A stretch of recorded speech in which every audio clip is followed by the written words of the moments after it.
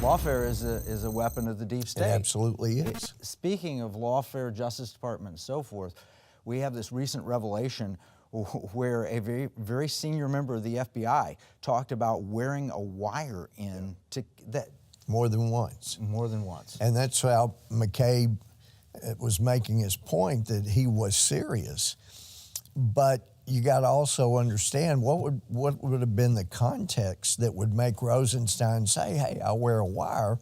And my understanding from the sources was that McCabe was that the people at the first meeting were fussing at Rosenstein for doing the memo that Trump used to fire Comey.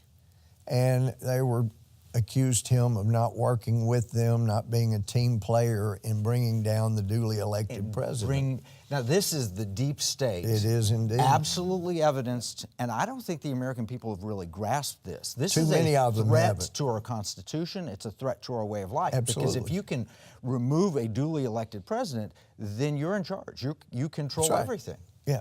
And, you know, there's indications that they were controlling things. And certainly were helping President Obama keep things in check so he could get elected a second time, refused to disclose information about Fast and Furious. People died as a result of that, yet, and of course, Boehner didn't let us vote to hold Eric Holder in contempt until he found out that just voting would not do anything and it'd give us something political to talk about. Some of us said, no, you don't just vote to hold somebody in contempt, you go enforce the contempt. But that's more of the deep state. Oh no, this is just for show. It's not to actually enforce our powers. So through those kind of things, Congress more and more has allowed the deep state, the bureaucrats, to run things. So we have the corruption of the executive branch, where they're working against the president they're supposedly serving.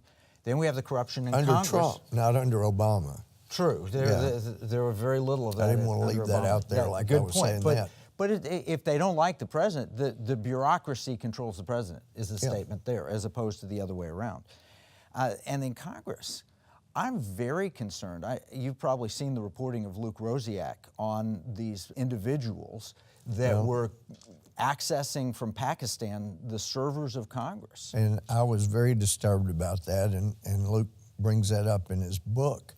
I met with Luke a number of times, and in fact, we couldn't get any of the committee chairs or Paul Ryan to sanction a formal hearing on Imran Awan and his family and friends, working for over 40 different Democrats in Congress.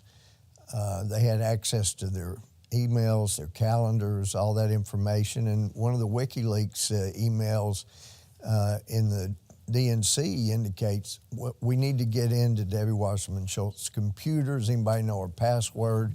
Basically, well, you know, Imran has all her passwords. So this is a guy that spent 3 to 9 months out of each year in Pakistan, right? Not known for having most secure internet. He was good buddies with people in intelligence in Pakistan.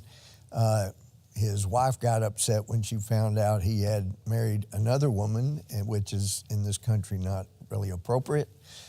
But, you know, this is a guy also that he agreed to plead guilty to making a false statement to get a loan and worked out a deal, even though he said he couldn't afford his own lawyer, that he was broke. As I understand it, part of the deal, he paid off $300,000 or so in debt. But this is a guy, he had a used car business with no lot.